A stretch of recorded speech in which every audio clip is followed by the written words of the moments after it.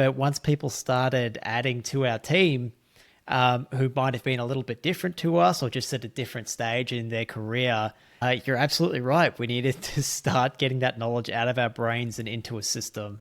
Welcome to the B2B Playbook. We built this channel for small B2B marketing teams who want to drive more revenue for their business. Every week, we're showing you how to create more demand for your brand step by step using our 5Bs framework. So if you're time poor, resource strapped, but you still want to make a big impact on your business, make sure you hit that like and subscribe button down below so you don't miss an episode. Welcome back to the B2B Playbook. Listeners, Kevin, today we are talking about how you listeners can deal with scale, what goes into building a team, the tools, the operations, and of course, how that relates to your marketing function. We are deep into season 5 of the B2B Playbook podcast. It's our podcast that shares with you our 5Bs framework, which is our way of generating demand. We're sharing it with you step by step, episode by episode. We're well over 100 episodes.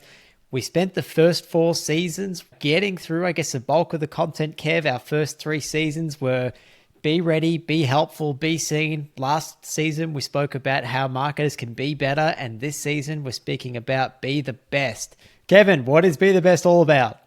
Well, George, Be the Best is all about exploring what makes you and your marketing stay evergreen and continue to be leaders in your industry and in your career.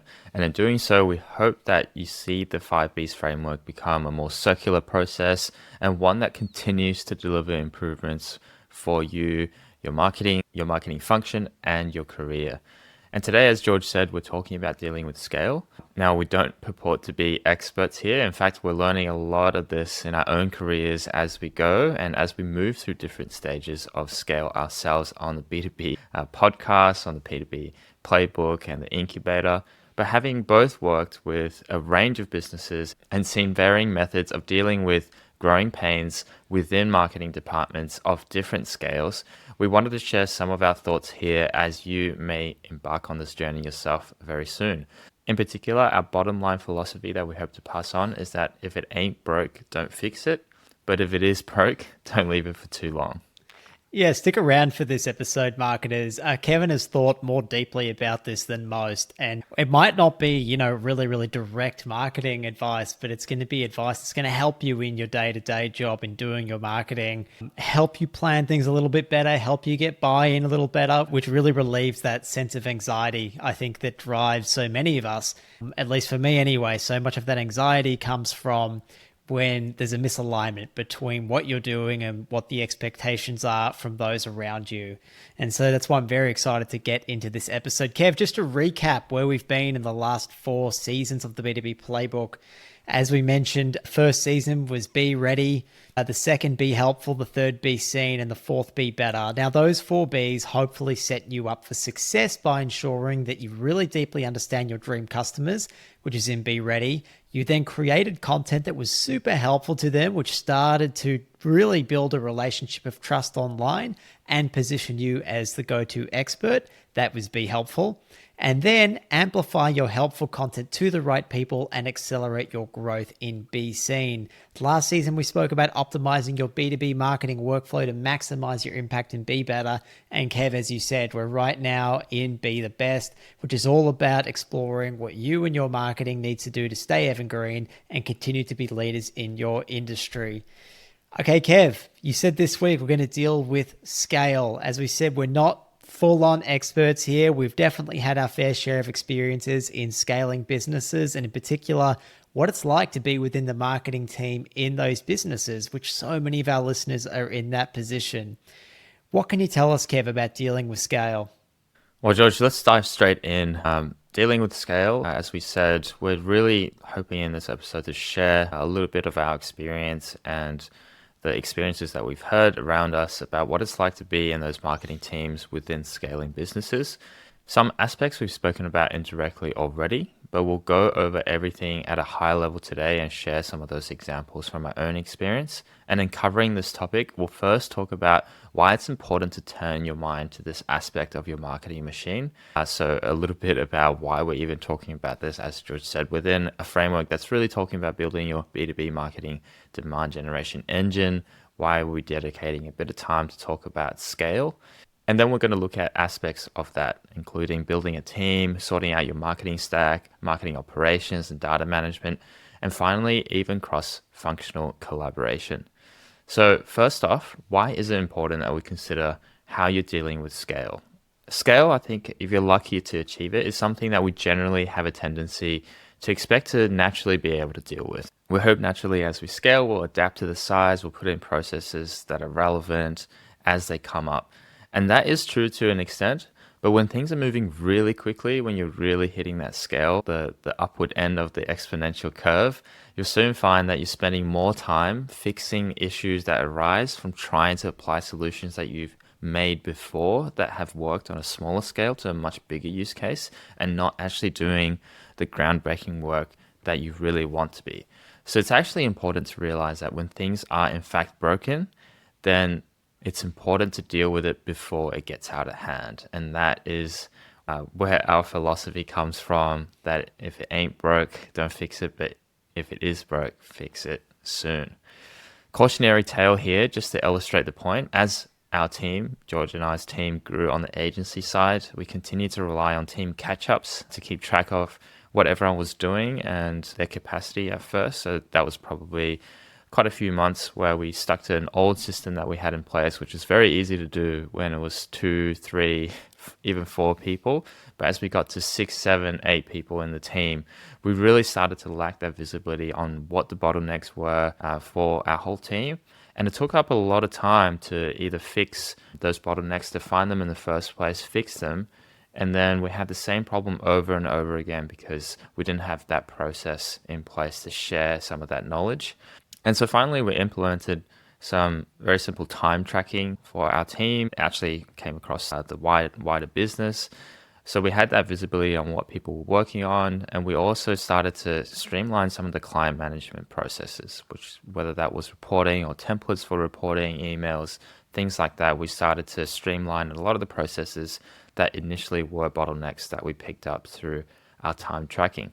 And we realized we were probably saving maybe at least 50% of our time on repetitive tasks that could have been automated, and we ended up automating within a few days. And we did those automations and built some of those simple tracking tools for future tasks, and were able to drastically reduce not only the time spent, but also things like error rates, repeated training for new team members. And also in turn, that allowed us to scale the amount of work that we could do, that we could undertake for our clients, and even take on more clients. So all that said, again, if you realize that something is broken, make sure to do something about it. Part of that is to have time to simply consider if things are in fact broken. We tend to get bogged down into the weeds and we don't get a chance to look up. So that's another task to add to your quarterly or biannually marketing function reviews that we've asked you to set up right at the beginning of the season, to look at your direction, to go back through the framework. One more for the list, I think, is the third point for that checklist event. But the third one is definitely to have a look at your processes, have a look at how your team is working within the marketing function, and see if you actually need to dedicate some time to improve those processes. Yeah, I have mixed feelings, Kevin, about that time when we were together in the agency. I was the first person to come into your team, and it was just the two of us. And I think things worked pretty well because, I mean, look, you and I think we have a similar work ethic. We were also career changers. We'd both come from a career in law. You know, we started in marketing a little bit later than the people around us. And I think you and I both felt like we needed to play catch up. And we're both the kind of people who like to tinker and figure stuff out and go that extra mile, I suppose. But that kind of meant that while it was just the two of us, we probably didn't need to go through and do all that documenting. You and I had a lot of shared understanding. We worked a very similar way.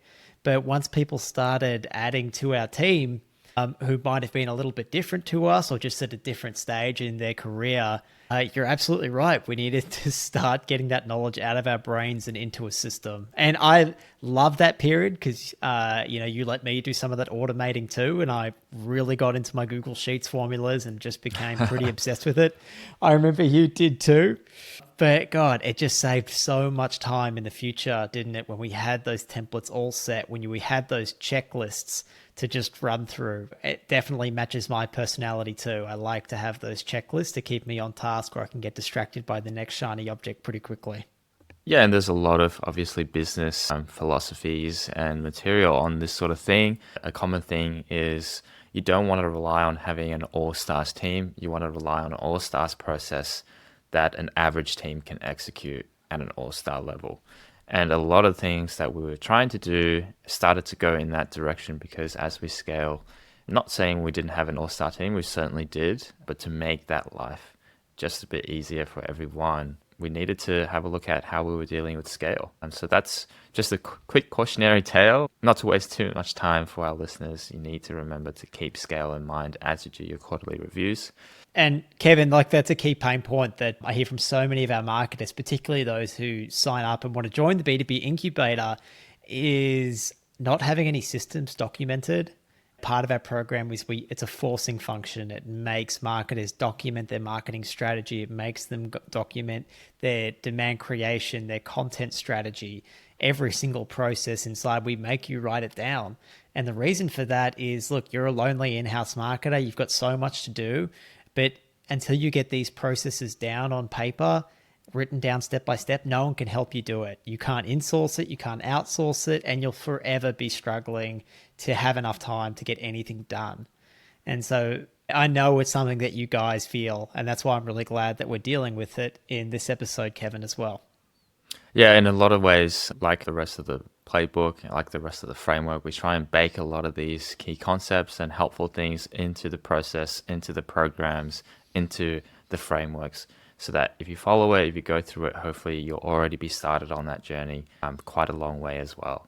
So let's jump into the first aspect of dealing with scale that we mentioned before. And there's a few aspects here, so we might actually have to make this a two-parter, George. But the first one is building a team. There's a lot of nuance here, but we'll share a few scenarios and our learnings from them. So the first one we'll look at is growing an in-house team. Things like team planning, interviewing, mentoring, and even change to management can be quite a shock for a lot of us in a small marketing team that then starts to grow. So in team planning, often the work dictates what resources are needed, but we also need to take the view that you should probably consider what your objectives are and what your dream customers actually need to then be better aligned with that when you're planning your team as well. So my personal experience here is to be open to a wide diversity of different possibilities. Some of the best performers that have joined our previous teams have been quite different from us. So as George mentioned before, as the team started to grow, we started to get people that were very different from us, whether that's life stage, career stage, or way of thinking and working and interests. So think less about your own preferences as you start to build a team. You really need to start to focus in on your dream customers. One hire into our team actually got on really well with the personalities of our fashion clients and our more FMCG clients.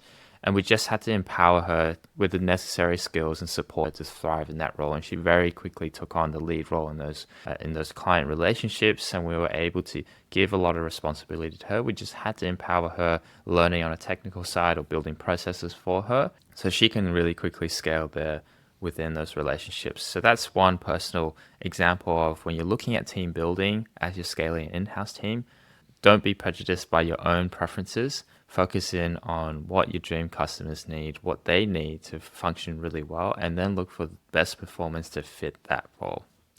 And Kev, look, as you said, there's really endless materials on interviewing and mentoring and management. You and I have always, I guess, abided by really just trying to be transparent, listen to feedback as much as possible, meet the thoughts and needs of our team. And look, sometimes also understand that it's not the right opportunity to make someone think for themselves. You and I had this experience, and I felt this in particular. I just assumed that everyone loved to figure stuff out themselves because that's the way I love to learn. I love for someone to say, hey, George, you're destination A, get to destination B. I don't care how you get there, just get there. And that really excites me. I love that journey of trying to figure out and map my own way. versus a very prescriptive method, which is probably a little bit more what they would teach you in school of here's exactly the stops that you need to get on the way. These are the exact streets. This is the car you need to get into. This is the accelerator. This is the brake, like all those details. And I just didn't realize in particular, Kevin, that some people like to learn that way. And I thought that I was going to be a great manager straight off the bat because I guess I thought that I trusted people to get the job down however they wanted. But we very quickly found out that was not the case for quite a few people in our team. And so I think that really comes back to figuring out for our listeners, as you're adding people to our team, are they the kind of person that likes to get from destination to destination B all on their own, or do they want something prescriptive step by step? One is not necessarily better than the other. If we've got a list of tasks we want done, then, both work. But I think people need to figure that out. Yeah, definitely, George. And I think you probably spoiled me when you joined my team. As a first-time manager, we obviously think very alike. As you said, you like to figure out things and tinker yourself. So it made it very easy for me in my first experience to expect all other experiences to be quite similar. But as you said, very different. We just happened to be very similar backgrounds when we started working together. And so listeners, one of the first things you should consider is what's the right experience, what's the right needs for your particular team member. There's a coaching model where the first step, the very most important step that a lot of people miss in doing coaching or mentoring is they actually need to assess whether it's actually a coaching opportunity. So if someone is quite junior or haven't had experience doing anything, you actually just need to tell them what to do. Because the first time they're doing it, they probably have no idea how to do it. And you can pass on some of the learnings and give them a framework so that they can get started. And just encourage them to ask questions over time. Maybe that's the right approach for certain people.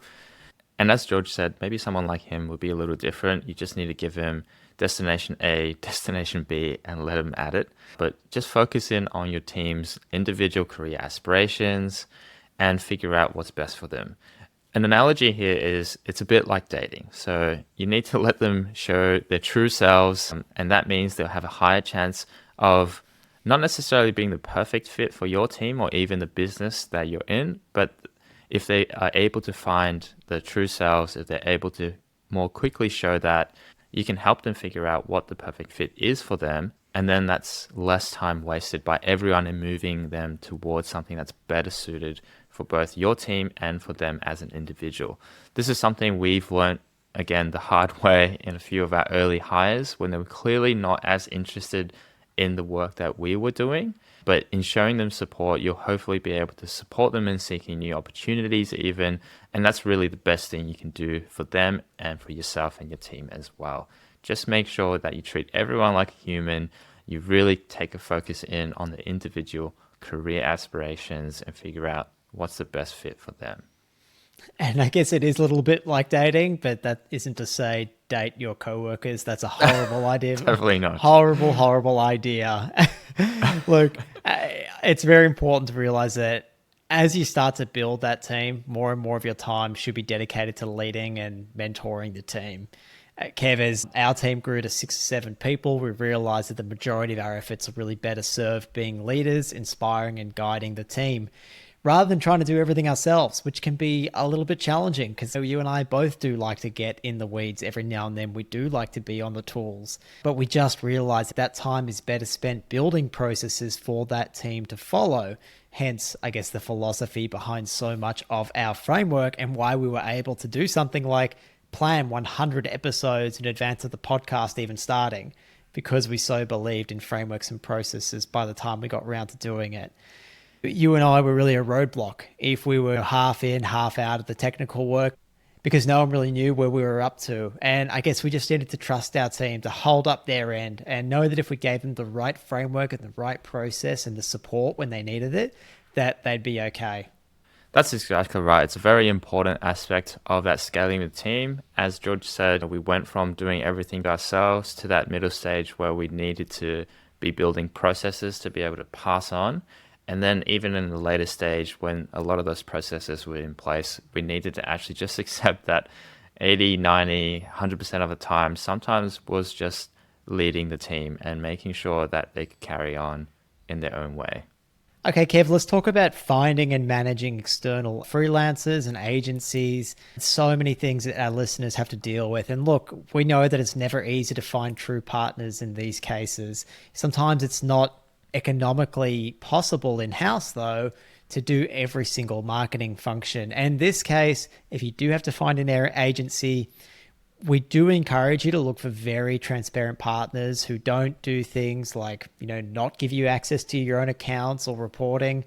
We'd also really look for partners who really try and question things at a strategic level and really try and understand your business objectives and goals. Not just focus on metrics and budgets and tactics alone. And that shows that they're truly interested in delivering value, not just looking to go into cruise control after onboarding is done. And I think so many agencies become unstuck here, Kevin, because most largely deal with B2C companies. They land a couple of B2B ones. They promise that they can get you tons of leads. And yeah, they do get you tons of leads because they help you create a gated piece of content. They run ads to it. You get all these leads, but so few turn into opportunities, pipeline, and actual revenue.